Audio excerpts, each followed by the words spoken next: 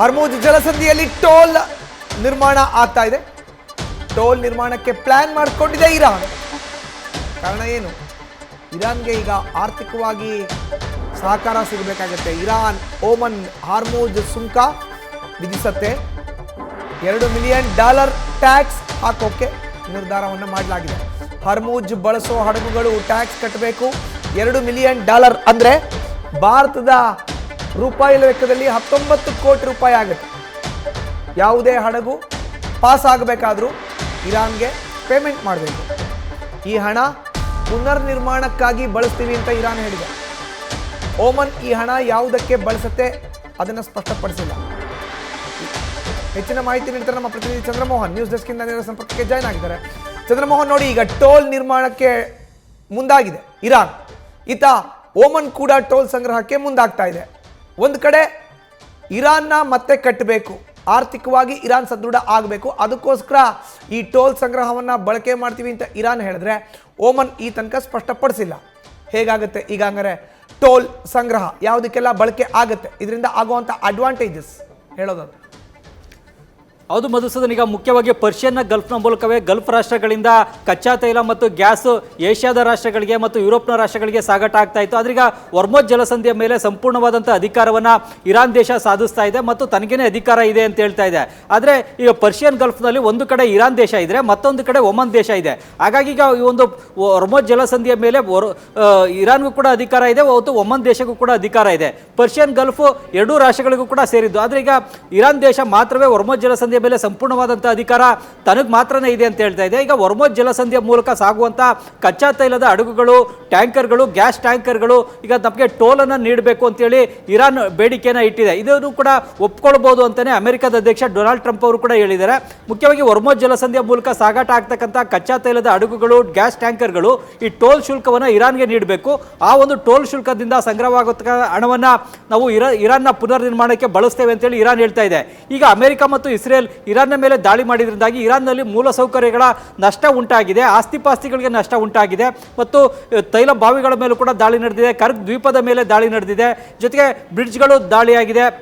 ಜೊತೆಗೆ ಒಂದು gas field ಮೇಲೂ ಕೂಡ ದಾಳಿ ಮಾಡಲಾಗಿದೆ. ಸೌತ್ ಫರಸ್ನ ಗ್ಯಾಸ್ ಫೀಲ್ಡ್ ಮೇಲೂ ಕೂಡ ಇಸ್ರೇಲ್ ದಾಳಿ ಮಾಡಿದೆ. ಇದರಿಂದಾಗಿ ಎಲ್ಲ ಆಸ್ತಿಪಾಸ್ತಿ ನಷ್ಟ ಆಗಿರೋದ್ರಾಗೆ ಅದನ್ನು ಪುನರ್ ನಿರ್ಮಾಣ ಮಾಡಲಿಕ್ಕೆ ನಮ್ಗೆ ಹಣ ಬೇಕು.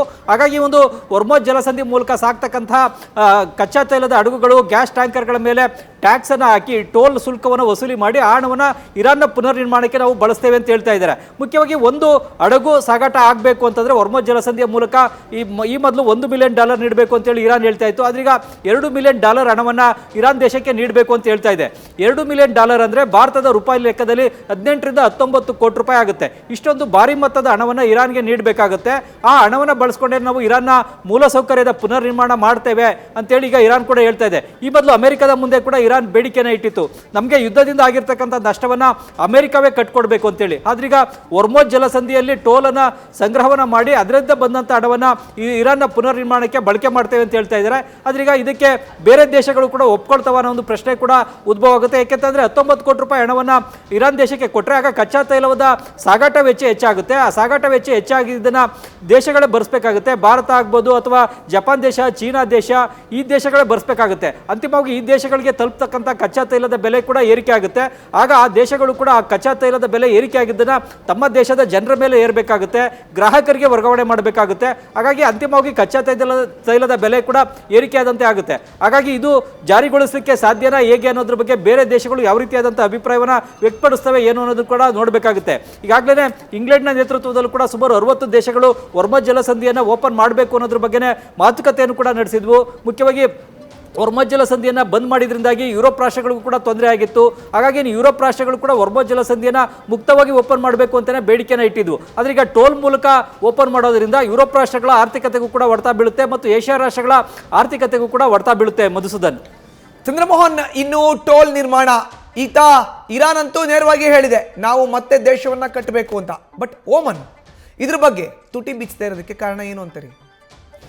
ಹೌದು ಮಧುಸೂದನ್, ಈಗ ಪರ್ಷಿಯನ್ ಗಲ್ಫ್ನಲ್ಲಿ ಒಂದು ಕಡೆ ಇರಾನ್ ದೇಶ ಇದ್ರೆ ಮತ್ತೊಂದು ಕಡೆ ಓಮನ್ ದೇಶ ಕೂಡ ಇದೆ. ಆದರೆ ಓಮನ್ ದೇಶ ಈಗ ಹೊರ್ಮುಜ್ ಜಲಸಂಧಿಯ ಬಗ್ಗೆ ಯಾವುದೇ ಅಭಿಪ್ರಾಯವನ್ನು ವ್ಯಕ್ತಪಡಿಸ್ತಾ ಇಲ್ಲ. ತನ್ನ ಒಂದು ದೇಶದ ಜಲಮಾರ್ಗದ ಮೂಲಕ ಹಡಗುಗಳ ಸಾಗಾಟಕ್ಕೆ ಓಮನ್ ಅವಕಾಶವನ್ನೇ ಕೊಡ್ತಾನೆ ಇದೆ. ಆದರೆ ಓಮನ್ ಮತ್ತು ಇರಾನ್ ದೇಶಗಳೇ ಮಾತುಕತೆಯನ್ನು ನಡೆಸಿ ಈ ಹೊರ್ಮುಜ್ ಜಲಸಂಧಿಯನ್ನು ಯಾವ ರೀತಿಯಾಗಿ ಓಪನ್ ಮಾಡಬೇಕು, ಟೋಲ್ ಸಂಗ್ರಹಿಸೋದಾದ್ರೆ ಯಾವ ರೀತಿ ಸಂಗ್ರಹಿಸಬೇಕು ಮತ್ತು ಅದನ್ನು ಕೇವಲ ಇರಾನ್ಗೆ ಮಾತ್ರನೇ ನೀಡಬೇಕಾ ಅಥವಾ ಓಮನ್ ದೇಶ ಕೂಡ ಆ ಟೋಲ್ ಶುಲ್ಕವನ್ನು ಪಡ್ಕೊಳ್ಬೇಕಾ ಅನ್ನೋದ್ರ ಬಗ್ಗೆ ತೀರ್ಮಾನಕ್ಕೆ ಬರಬೇಕಾಗುತ್ತೆ.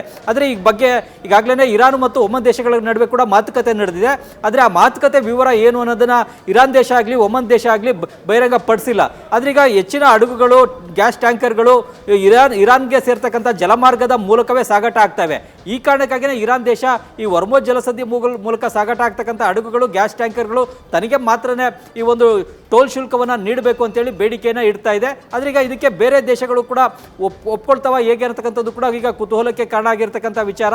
ಒಪ್ಕೊಂಡ್ರೆ ಆ ದೇಶಗಳ ಆರ್ಥಿಕತೆಗೆ ಹೊಡೆತ ಬೀಳುತ್ತೆ ಮತ್ತು ಅಲ್ಲಿ ಟೋಲ್ ಶುಲ್ಕ ಪಾವತಿ ಮಾಡಿದ್ರ ಹಣವನ್ನು ಕೂಡ ಭಾರತ ಆಗ್ಬೋದು, ಚೀನಾ ದೇಶ ಆಗ್ಬೋದು, ಜಪಾನ್ ದೇಶ ಆಗ್ಬೋದು ತಮ್ಮ ದೇಶದ ಜನಸಾಮಾನ್ಯರ ಮೇಲೆ ಏರಬೇಕಾಗುತ್ತೆ. ಹಾಗಾಗಿ ಇದು ಜನಸಾಮಾನ್ಯರ ಮೇಲೂ ಕೂಡ ಹೊರೆ ಆಗುತ್ತೆ ಮತ್ತು ಸರಕು ಸಾಗಣೆ ವೆಚ್ಚ ಕೂಡ ಏರಿಕೆ ಆಗುತ್ತೆ ಎಲ್ಲ ದೇಶಗಳಲ್ಲೂ ಕೂಡ.